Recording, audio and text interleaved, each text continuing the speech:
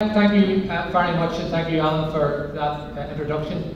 Stuart Dixon, some of our fellow councillors and other politicians here always get first mention, and I know you had the Minister here earlier today, and I think we're in for a fresh departure in the Department of Social Development, and so I think that's only going to be good for housing associations. When your great Chief Executive, Cameron Watt, asked me would I speak here, at that time I was Lord Mayor, and being a Scot, he's not exactly sure what happens here. He thought it was Lord Mayor for life. What I did, I was campaigning for that, Cameron. It didn't happen. So you had just an ordinary councillor, and then last night I started this metamorphosis into an MLA. And Cameron, for your information, from a councillor to an MLA is demotion.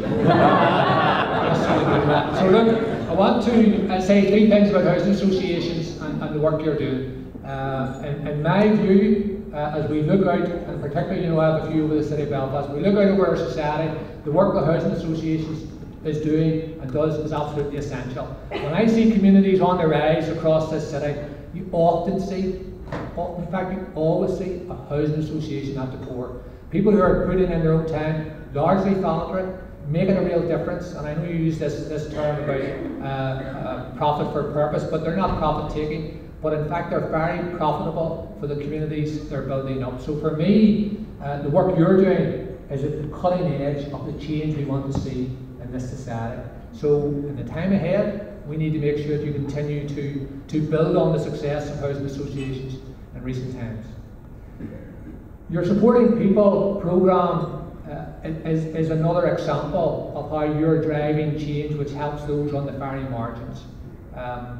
That budget has been frozen for 7 years. It would be an outrage, it would be a disgrace if that budget were to be cut. And in the 12 months I spent in City Hall, I had the great good fortune to visit housing associations, and in particular I visit hostels who work with the homeless. And of all the wonderful work that goes on in Belfast, those who work with the homeless are doing some of the most extraordinary work. And if the Supporting People programme, the largest amount, just over 20%, goes to those homeless services. So I had the privilege of visiting the Stella Maris hostel. I visited the Salvation Army Thorndale House in North Belfast.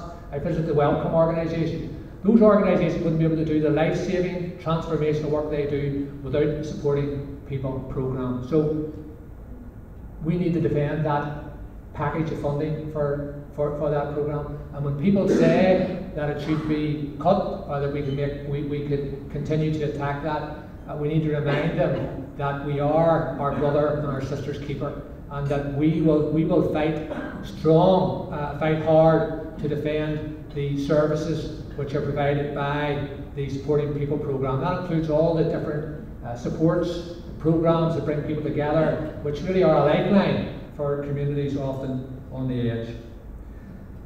I want to say as well that when we ask ourselves who's building the peace in this part of the world, in my view, housing associations are building the peace. Who's building change? Who's building progress? For me, that also is the work of the housing associations. 40,000 people on the waiting list. Who's going to provide those jobs? Housing executives doing a marvellous job. But the leadership, for me, the leadership is coming from housing associations. I visited the Newington Housing Association as Lord Mayor. I doubt if there's a programme or a project in Europe which is better than the Newington Housing Association programme.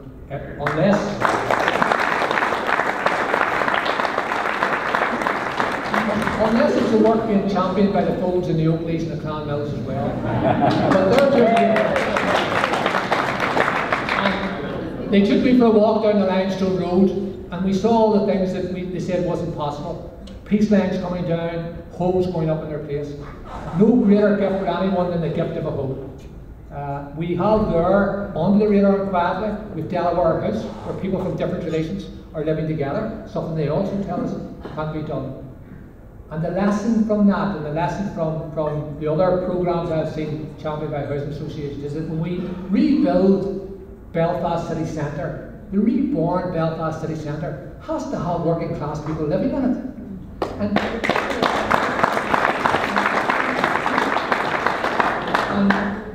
it is really surreal that anyone can come up with a plan after 40 years of division and exclusion of this city and say the way forward is we're going to exclude working class people from the city centre. We're going to have many new homes, but we're not going to have people who want affordable or social housing in that mix.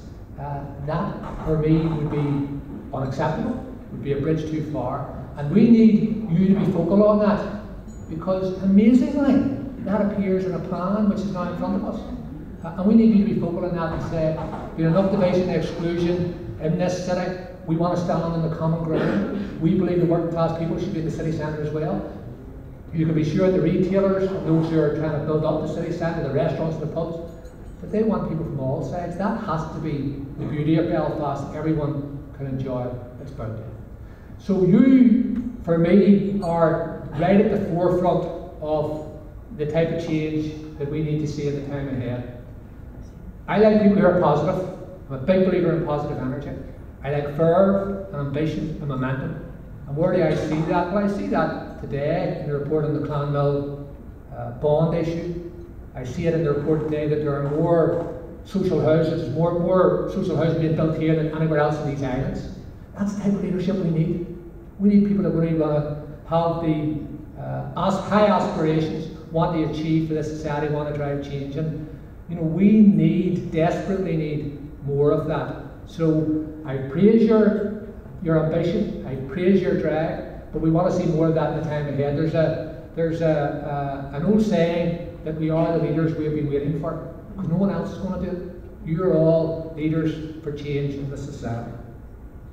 So I want to finish with this, and it's important for me to say this. I was 18 when the Le Mans Hotel was bombed. Terrible night, a terrible black night in 30 years of darkness and despair in this country. Terrible bloodshed, wounded, death caused by Republicans.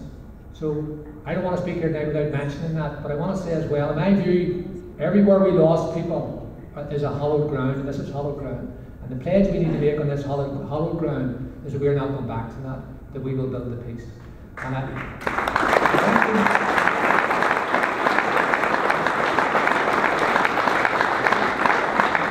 it's important to me to say that, but I want to say this.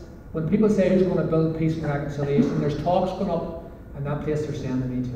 And there's talks about talks about talks. And I don't know if that will bring peace and reconciliation. When people ask you who's building the peace, you should say, we're building the peace one hole at a time. So thank you.